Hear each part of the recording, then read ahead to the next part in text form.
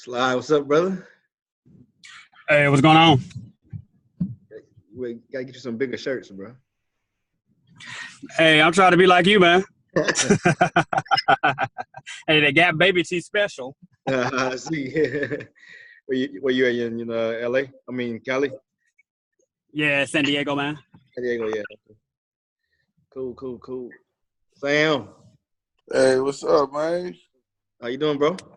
Oh, man, I'm good. Trying to make the best of it. You been all right? Yes, sir. Been good. Tony, what's going on? Congratulations on your property. So, Oh, appreciate it, man. Appreciate it. oh, yeah. Hell and high water trying to get it done. All right, who else we got just joined? iPhone.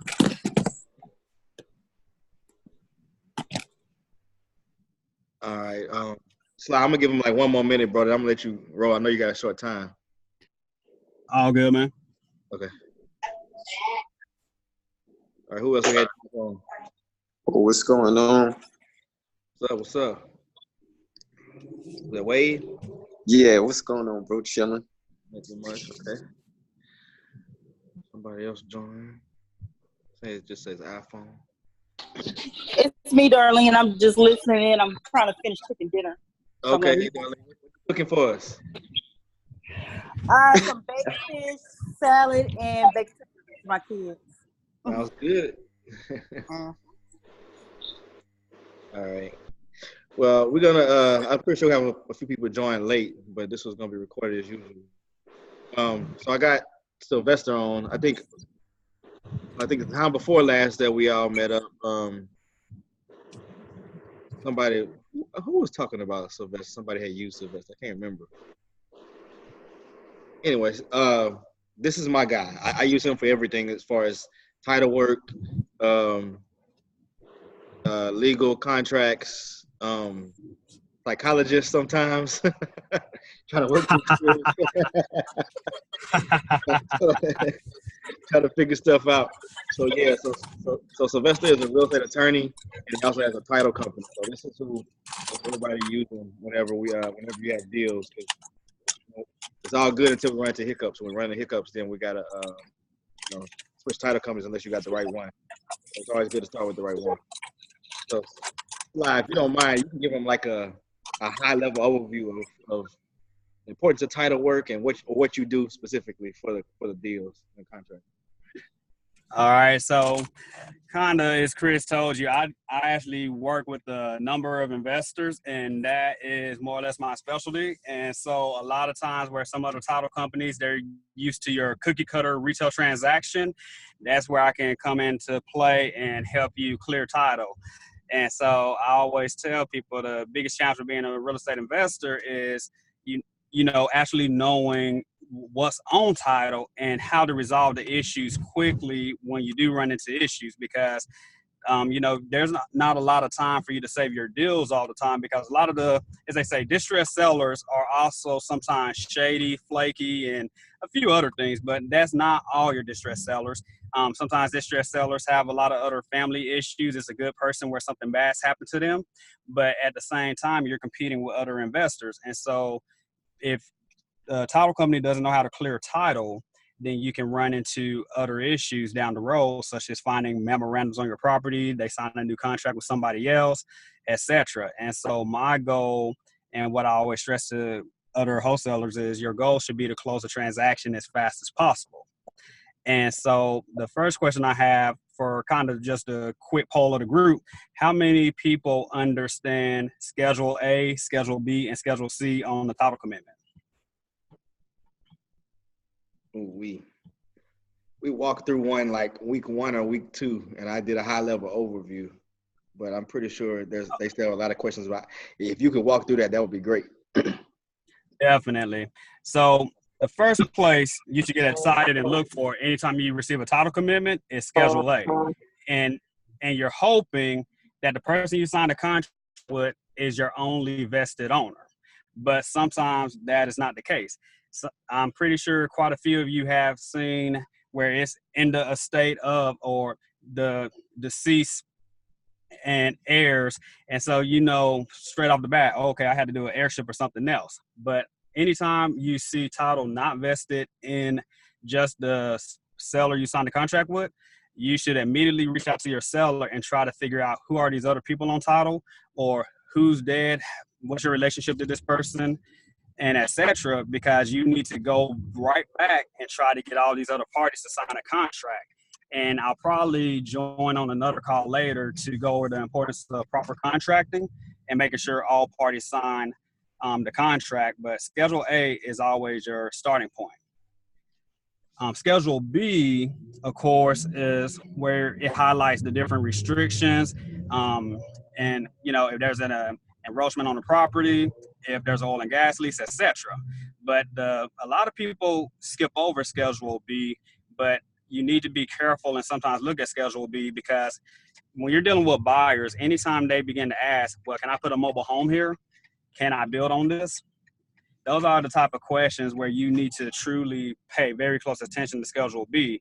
Also, sometimes Schedule B will mention other things about HOAs or different other restrictions that are very important, and you don't want to end up in a situation or a earnest money dispute with the buyer because you told them, hey, you can build a house here, but then later on they find out that there's an oil and gas pipeline that runs through the property and you cannot indeed build a house. And all of a sudden, you're in a situation where, okay, I have a non-refundable earnest money contract, but at the same time, they ask you what was the purpose of the property, and all of a sudden, they cannot use it for that purpose. And so Schedule B should still be paid attention to, even though I would say 9 out of 10 people completely gloss over it. But I have seen litigation because of it quite a bit, because sometimes wholesalers will state that you can use it for this purpose, and then they cannot actually use it for that purpose. And then there's the lovely Schedule C. And this is the one where clearing Schedule C fast can help you keep your deal and help you avoid losing deals. But Schedule C can also be a nightmare. And I think the question people always ask, and sometimes they just, they ask us this at title all the time, well, how can we clear title?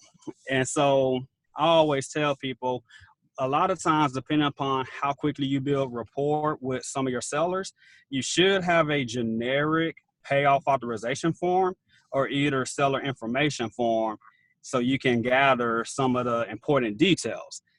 There's 2 reasons you do this.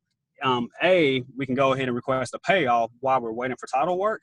And then B, it actually makes the title plant's life a lot easier because they do not have to look at judgments and liens that don't belong to the seller. Because if you have a very simple name like John Smith, well, guess what? There's definitely will be several judgments, several liens, tax liens, child support liens, and everything else that pop up. And so you need to be.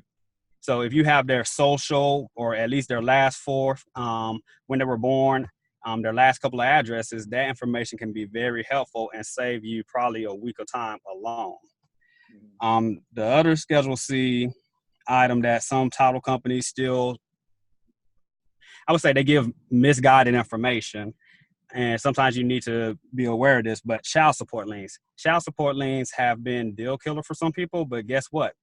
Let's say it's 5 heirs in a property, and only one of the heirs has a child support lien.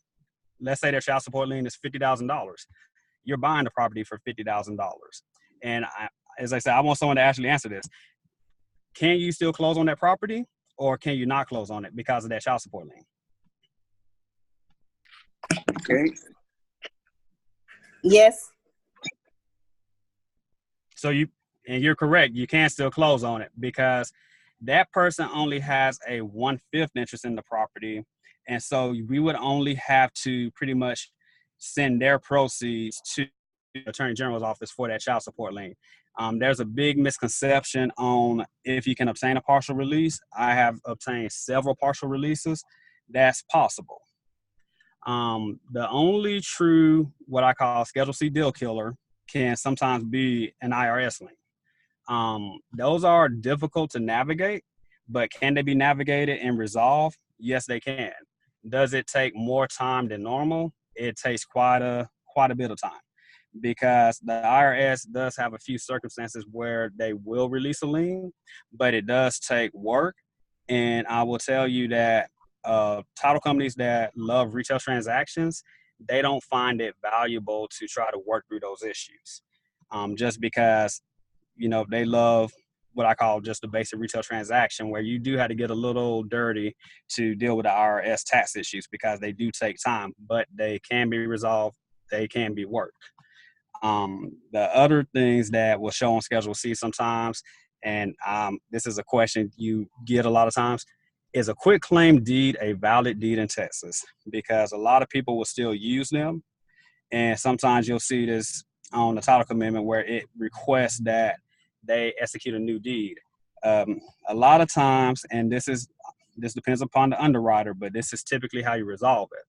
But if it's between family, so let's say Chris and I, let's say we're related, and I quit claim my interest in the property to him, they may recognize that deed. But I think I heard a guy named Sam on the call. Am I correct about that? Yeah. Uh-huh. Okay. So, but at the same time, let's say Chris and Sam, they're business associates. They're not related, but then Chris tries to quit claim Sam his interest in the property. Most underwriters will not recognize that, because they both don't have an interest in the property, and they'll say, okay, that's not a valid conveyance, and then they'll say, you know what, we need them to execute a new deed. Those are what I say are the most common Schedule C issues. Everything else I can pretty much resolve pretty easily. And then of course heirships, that's another big area when you're dealing with distressed properties, but those can all be worked and resolved as well. Yeah, so Sly, talk a little bit about airships. I know we're gonna be dealing with a lot of those. Talk through that process. Like if it's 10 heirs on a property and one or two of them have been taking care of the property, give me a typical scenario of how you would suggest them to try to get the other people to sign off. All right, so this is what I always tell people, because literally I'll tell you guys about a fun situation this week. So a seller presented a contract to us. He tried to represent that he was the only heir in the property because he was the one living there paying taxes or whatever. Basic Google search and other information I obtained, I found out that, he had a brother and sister also. And so you run into these sibling disputes where, one person been paying the property taxes, the other ones haven't paid anything. And the only way to resolve it is really for them to sit down and talk about it. But that's the difference between just working with the retail title office and a fee attorney, where I try to tell people this all the time. Like, listen, you can spend a lot of money hiring an attorney. We're going to charge you a retainer of $5,000 to $10,000 for you to try to get reimbursement for $5,000 to $10,000. And it's because technically, if all three heirs own an interest in the property, or let's say 10, everybody is technically supposed to pay their share of property taxes, their share of insurance, their share of upkeep. But most people don't know that. Most people don't do accounting. Most people don't send the other heirs a letter to where they can actually get reimbursed for that expense. And so a lot of times the conversation I had to have with a lot of the heirs a lot of times is, listen, it's not the difference between $5,000 and $10,000. It's the difference between $5,000 and zero. If you want to work out the reimbursement afterwards, you can always sue your relative for that. But then, for a lot of them, you just had to get them to the closing table to sign, because technically each heir truly is supposed to pay their fair share.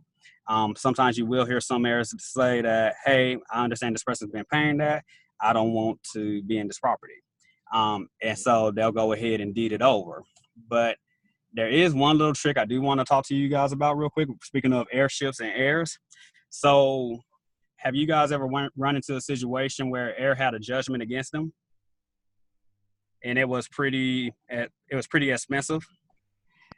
There's one trick of where you pretty much tell them, hey, how about you disclaim your interest in the property?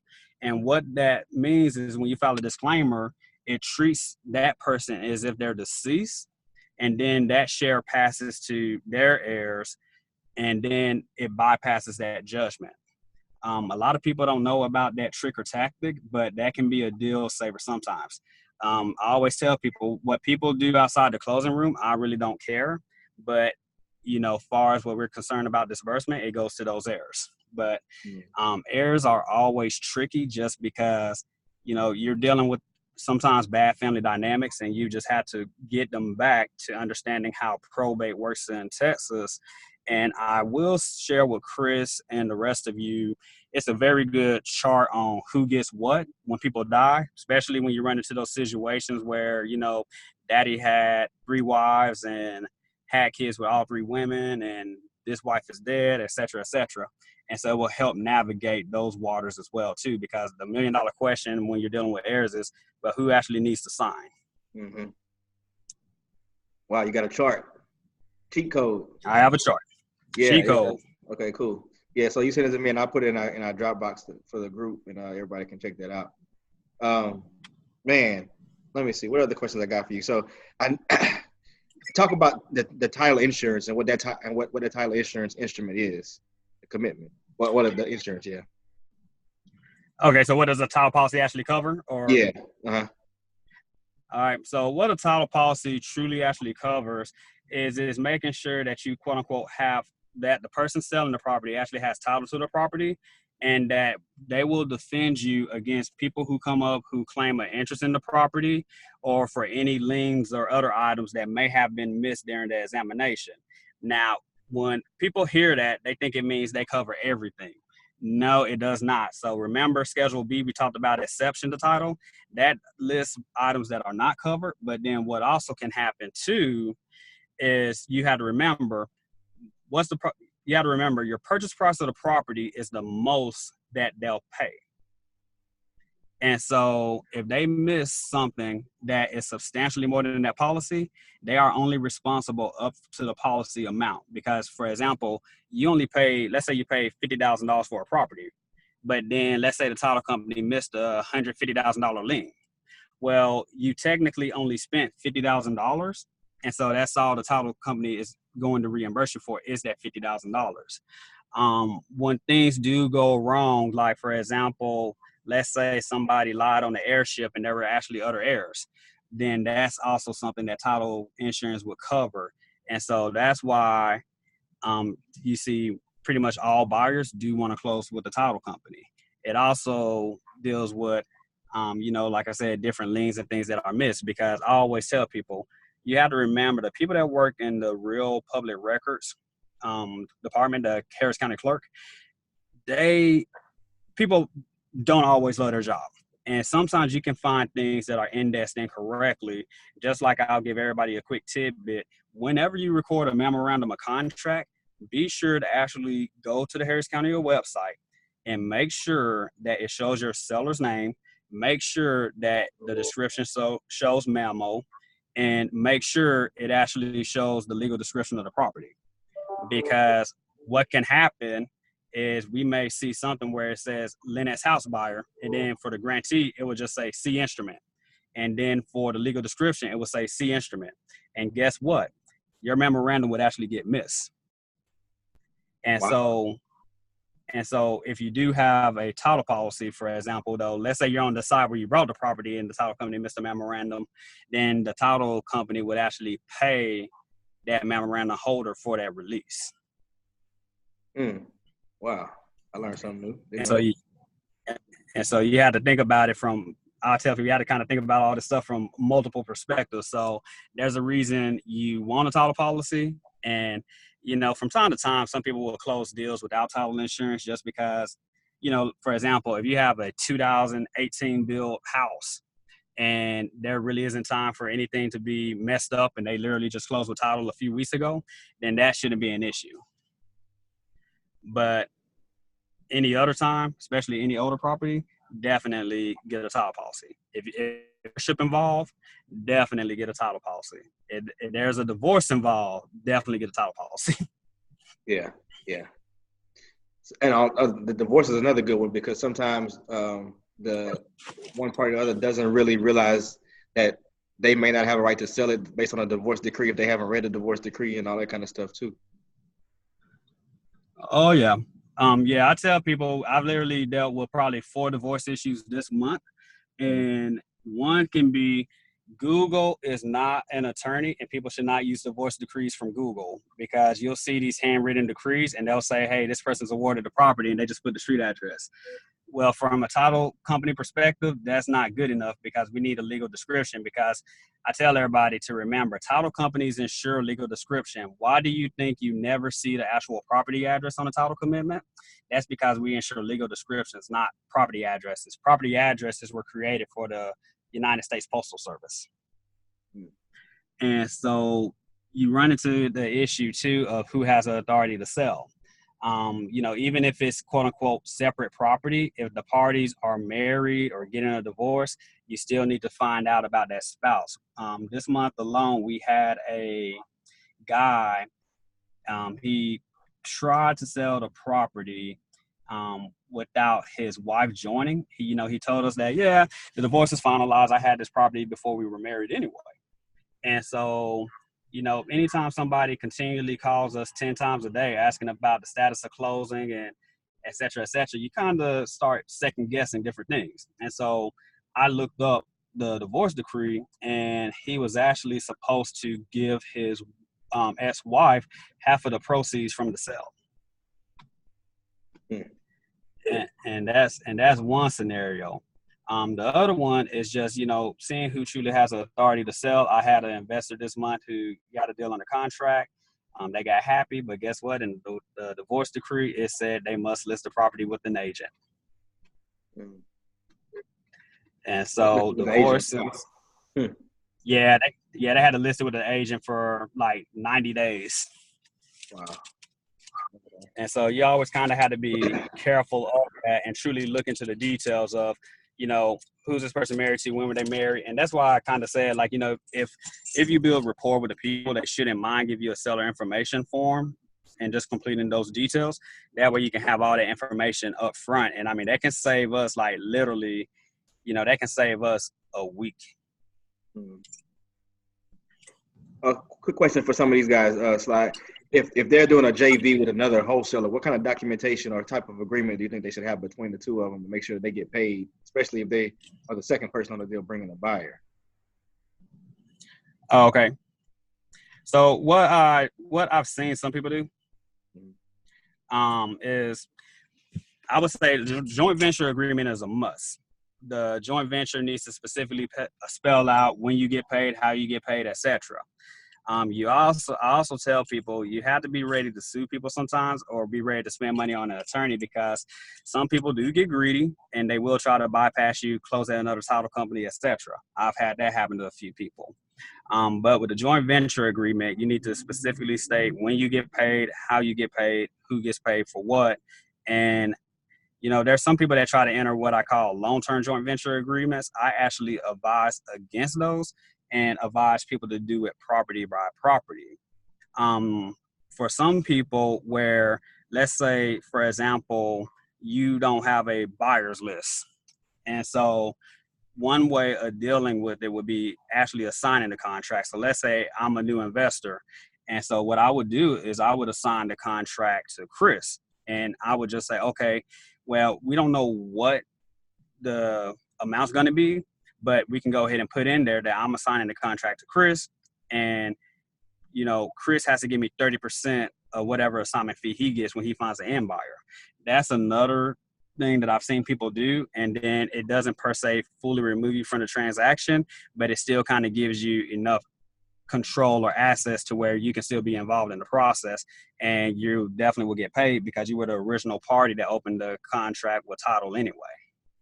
Okay, that makes sense. So throw a percentage in there instead of the actual number. Exactly, because a lot of times when you're contract to someone that has a stronger buyer's list than you, you don't per se know what it would go for. And so to put just a random number in there doesn't always make sense. So this one guy, he literally never goes out and get his own deal. He simply finds buyers. He'll just typically always do 30, 40% of whatever the assignment fee is he obtains. Okay.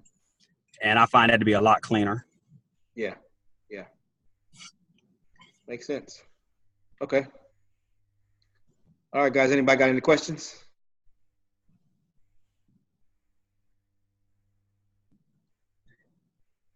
Not a single question where you got a attorney willing to answer questions for free. Yeah, y'all got a title. Sam, what you got? Oh, you unmuted. You muted back. Yeah, I mean, I'm pretty much, my cousin deal with him, and he pretty much give me the insights. Oh, Terrence, yeah. Yeah. So, I'm listening, everything is great information to me. So yeah, I just talked to Terrence today. Yeah. See, we got a couple things in the works already. So I'm pretty much, when he talking about it, I'm pretty much, just iron sharpening iron. I'm just sharpening my mental about it. Yeah. So yeah. There we go. Well, Kim, I see you just hopped on. This slide just got you talking about a whole bunch of stuff related to title work. You got any title related questions you want to ask? Oh, not right now. Can you guys hear me? Yeah, I can hear you. Okay. All right, cool. Okay. I got one, Chris. Go ahead, Tony. This weekend I spoke to a homeowner, and the father's name is on HCAD, and it also has his partner's name. But he told me that he's willing to sell the property to his son, but he was saying he just want him to pay off the mortgage. But the person that told him that person has died. So this be like a probate type, like a probate type situation, or how would that work? Being that the partner's still alive and his name is on the HCAD as well. Okay. So you would definitely have to do an heirship or probate, but I would still say you need to run title because, for example, I can literally get on HCAD, even though you own your house, I can still get on HCAD and show as if I own the property. The requirements to change the name on the HCAD account are not that strong. So I would definitely still look at title, but it sounds like you would definitely need an heirship or probate. How are they related to the other party, or is truly just like a long-term relationship or something? They're not related. The person who passed away on probate, he has a partner, and the son who I spoke with, who was looking to buy the home to get it transferred to him, he's the son of the deceased person. Got it. Okay. So I would definitely say open title. I would be curious to see the relationship and kind of like the family tree, but I think that's something you can definitely clear up and resolve. Okay, so I need to have him to get a contract on the property, just like pay for like a regular title search. I would say if you're truly going to get it under contract to sell it or sign it, or if the son is trying to purchase it and he doesn't know, quote unquote, who that other person is, they would still need a title search. But I'm definitely thinking that an heirship is needed just to figure out if that other person had any additional heirs or anything else, or, depending upon when their spouse died, all that can come into play. Now, he knows the other person on HCAD. It was his father's partner. Okay, got it. Okay, so that's he wants to get rid of it altogether because he don't want to pay off that mortgage, so he just wants to sell it outright. Got it. Okay, yeah. So I would say just need to address the heirship or probate, and should be okay. Yeah. Okay. Who's on the mortgage? Do you know? Does it need to pay off? It's probably the partner, the spouse. I mean, the spouse of his father, because he was saying that he would transfer the deed and everything over to him if he agrees to pay the mortgage off, but he don't have the money to pay the mortgage. So I was thinking there may be some type of creative situation with like some type of payment takeover or something like that if we were to do it. Oh, so when you say partner, you say they were like a couple? Yeah. Okay, I got you. Yeah. One of them situations. Yeah.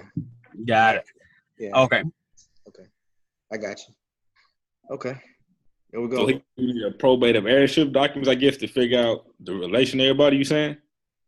Exactly. So what I can do, and I mean, this is a good tool to have in your resource. Like I always tell people, like, as an investor, you should have like a toolkit ready.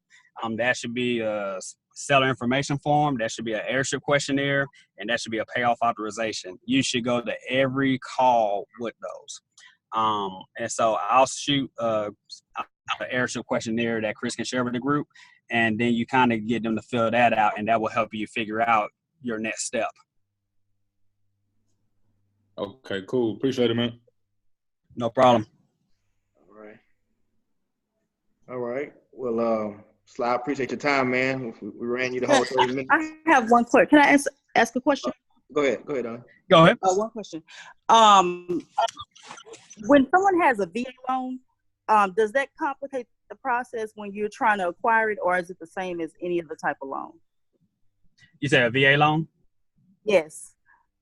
So it's the same process when you're trying to acquire any other type of property. But I will say this, because I know you didn't specify paying off the VA loan or taking the property subject to. Taking it subject to. It's going into foreclosure. Yeah. So doing a subject to with the VA loan, a lot of underwriters have like completely banned that completely, because what happens with this versus like other type of loans, you can go out and get multiple FHA loans, etc. But with the VA loan, they only get to use that on one property at a time. And so what happens is like, their credit may be pretty crappy right now, but 5 years later, their life turns around and they're trying to buy a house. All of a sudden, I didn't know that they didn't pay off this loan. Oh, that's fraud. And so, we make people sign a lot of disclosures and everything else. If we do a subject to deal for VA loans, I'm actually working with one of my underwriters now on one, because when I tell you, like, most underwriters say no, period. But the biggest thing is just making sure, like, with 110% certainty, this person fully understands that this loan is not being paid off, that credit reporting will continue, and that they will not be able to obtain another VA loan, then you may be okay. And that's why one of our underwriters, they're typically still okay with those type of transactions, but some have run away from it because, like I said, it's not that stuff pops up 1 or 2 years later. It's 5 and 10 years down the road when they're ready to get another property. Oh, okay. Whew, I'm glad I asked. Okay, thank you. No problem. All right. I got one more for him, Chris. Go ahead. I know you kind of briefly mentioned it when you were saying about how if it's two heirs and they saying one person paid the taxes, one person haven't been keeping up with it. Is it true that if someone's been appointed as the head administrator of the estate, that they can go through with the sale and then the proceeds will be kept like in escrow or something like that? I was told that before. Is any truth to that? So ultimately what it is, if somebody's appointed the administrator or executor of the estate, they have what's called the power of a sale. And so they can sell the property. And when they cut the check at closing, technically it goes to the executor of the estate. And at that point, they do whatever they want with it. Are they supposed to follow the terms of the will? Yes. Do they always do that? No. But at the same time, that's not for what I call you and I to worry about. That's ultimately up to them to sue the executor or administrator for breach of their fiduciary duty. Okay. Because ultimately the executor or administrator, they have full authority to sell. And they don't even need the other heir signature if they're the executor or administrator of the estate. Okay. And even if they have been, like I said, they're not appointed as administrator, they're the only person that's been paying taxes, keeping up the property, they would still have to go to the regular heirship case? So if they haven't been appointed the administrator or executor of the estate and they're just going the heirship route because they have no probate, in that situation, both parties would need to sign. And from a title perspective, absent an agreement between the two heirs, we would cut the check 50-50 to each one of them. Gotcha. Okay. Cool. All right. Well, I think we got all the questions answered. Sly, I appreciate your time. I'll make sure everybody has your contact information, and I'm always telling them if we have any deals, we're sending them your way, bro. So I appreciate you hopping on and giving us the game. Hey, no problem at all. And I'll get those forms out to you guys to make your life easier. And then, of course, I'm reteaching contracting 101, because that can be the difference between losing your deal and saving your deal. And so Chris will probably let you know more about that, because I do, unfortunately and fortunately, do a decent amount of litigation work still. And, I can tell you from experience, should and should not do as an investor, because the longer you do this game, the more likely you are to end up in litigation. Right. I've been there. So yeah, man, it's definitely worthwhile. I'll let y'all know next time he has that class so y'all can all sign up for it and attend that. It's definitely worth every penny. All right, brother. All right. Thanks for having me on the call. I'll be in touch. All right, man. Thanks. Appreciate you. And no problem. Everybody have a good night. All right, guys. Anybody else got any open deals y'all want to talk about before we hop off? Nope. All right. Well, we'll wrap it up, guys. I'll talk to y'all later. Y'all know how to get me if y'all need me. Okay? All right. Appreciate you, man. All right, man. All right. Thank you. Good night. Night.